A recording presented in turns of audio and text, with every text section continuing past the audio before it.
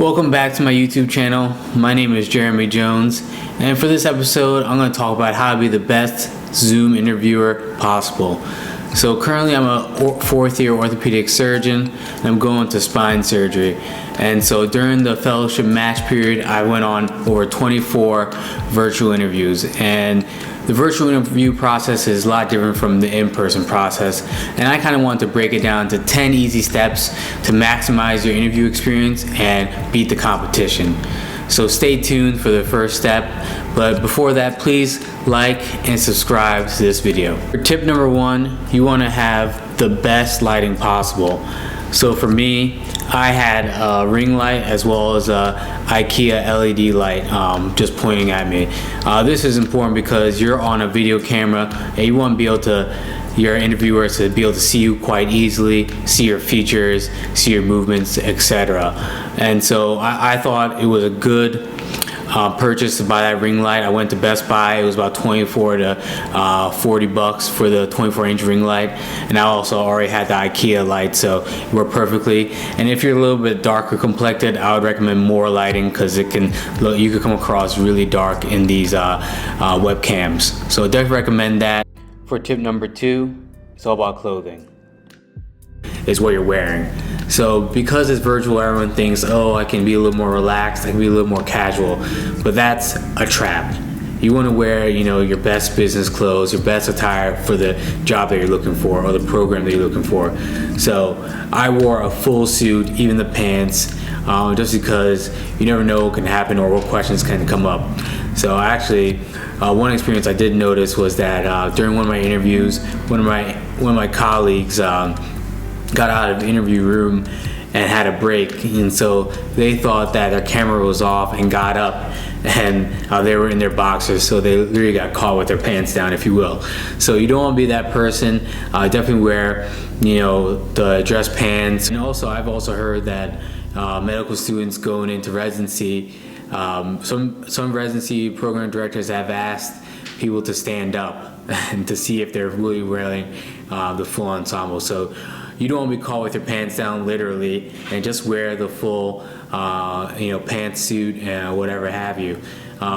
It decreases a lot of headache, and you can be uncomfortable for hour or two to secure that job or that position. For tip number three, you want to have a really good microphone. This is important because they want to be able to clearly hear you, concisely hear you, and have no difficulties, understanding what you're trying to say.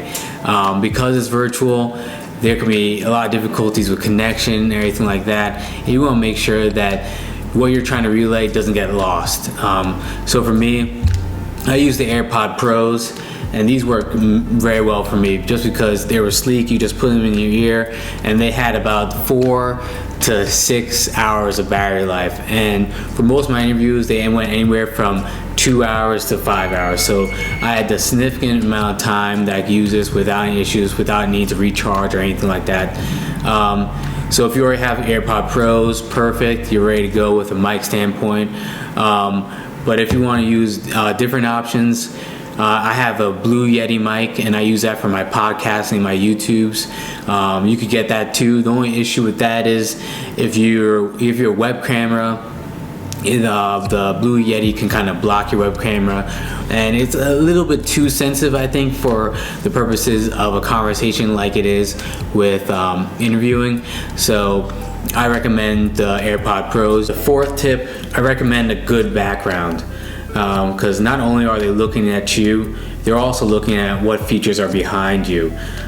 So for me, I'm from New York. I had the Brooklyn Bridge behind me, and it was a great canvas, and people kind of asked me about it, and because they knew I was from New York, they also asked me leading questions about the painting and my experiences in New York. So it was a great background to have.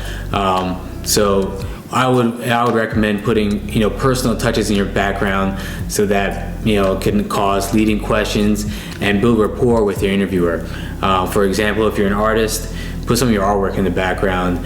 If you love to work out and you have a Peloton, you can put the Peloton in the background. If you are a bicyclist, you can put your bicycle in the background or whatever have you. But in that same vein, make sure nothing's in your background that you don't want your interviewer to see. Make sure you have a great background, put some plants in there as well, and you'll be off to the races. For my 5th tip, you want to limit background noise. For me, I have both a cat and a dog, and I had to make sure that they were kind of sequestered in a different room, or I was sequestered in a different room, so that there wasn't any barking or meowing in my background, because that can be highly distracting for the interviewer to hear those type of things in the background, and it can be very annoying. So you want to make sure that either you're in a different room or they're in a different room, or they're trained well enough that they don't do that. That's the same thing with kids or family members that can be around. Just tell them that I'm interviewing at this time. I don't need any distractions or any background noise. Or you can put yourself in a quiet room and create your own setup for your whole interview process. But limiting background noise is key. For my 6th tip, this is a pro tip. So virtual interviews are so much different from in-person interviews. That's kind of almost like an open book test. You could have notes on the side of your webcam or wherever you're using to video in on, and you could have questions that you want to ask your interviewer, your attending, or whatever have you. And you can also have notes of common questions that people would ask you, and just have bullet points of answers for yourself. And so that if you're stressed or you get confused during the interview or whatever have you get discombobulated, you can always reference those notes and quickly and easily and answer the question effectively. So it kind of puts you on the forefront of the interview and really puts you a step ahead. So for my 7th tip, this is along in the same vein as the notes tip. You want to ask questions. Questions are very important. It denotes interest with the program, and it allows you to understand if that program or that job is the right fit for you. So I put all my questions down in my notes tab, or my notepad I should say, and so that during the interview I can rattle off all the questions that I want to ask because it was right there in my notes, and so I never got lost in my interview and forget any questions I need to ask. And because you have that notes pad right there, you can also jot down the answers to those questions for each program, so you can clearly remember this in the future when you're comparing all the programs together. So it streamlined the whole process by having a notepad for the interview, but also to understand, is this the program for me? So it was a genius idea, and I hope you use it for your next interviews. In every interview, they always ask you, tell me about yourself.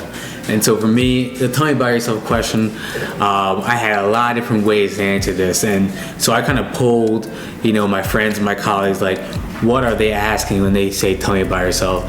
And to put it succinctly and concisely, it just means, tell me where you're from and what you did to get to this point.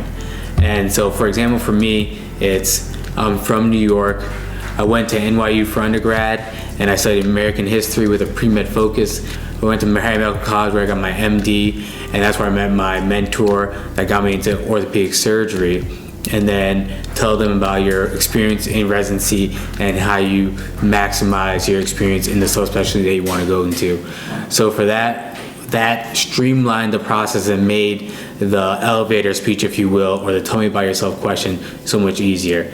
So don't get bogged down with all the fluff, be straight to the point, and that allows them to understand your background and also what you bring to the table, because your experiences from prior to them hiring you will help shape and catapult your career in your new position. Tip number 9, virtual interviews are similar to in-person interviews just because there's a time allotment.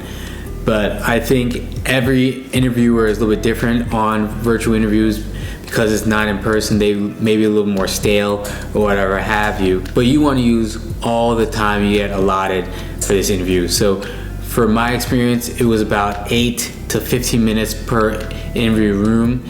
So I made sure to maximize that time because that's the only time you get to communicate with them and they get to communicate with you, and you and both individuals get to understand if this is a right position or right career move for themselves.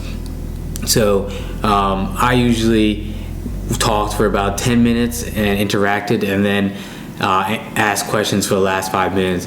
Or if the interview was going really well and you kind of build rapport with your background and we're talking about more personal stuff, you may have used up all 15 minutes without ever asking a question, or vice versa. If it was hard to build a connection with your interviewer, I asked a lot more questions, so I was able to understand more about the program in those interview rooms than the interview rooms where we had like a more personal connection or built rapport really quickly. So it all goes down to using up all that allotted interview time. And by using all the allotted time, it shows the program that you're highly interested and you want to learn as much as possible in that short amount of time. So definitely a pro tip. For my final tip number 10, make sure to log on early. For the Zoom interviews, the WebEx interviews, or whatever program they're using, make sure that the link is the correct one. I've had issues where the program sent me their interview link for the wrong date, and obviously you can't log on to interview if it's the wrong link. So make sure you log on early, make sure it's the right link, make sure your mic is working, and make sure your camera is working, and also of course make sure you have a strong internet connection, because if any of those 4 variables are not working well, it'll make your interview miserable. So make sure to log on early and test all those features, and you're on your way to success. Thank you for listening to those 10 tips. If you utilize all 10, you'll succeed in all your virtual or Zoom interviews. These tips were tailored for fellowship interviews. That's what I recently completed, but they are translated to all aspects of virtual interviews, and make sure you utilize them.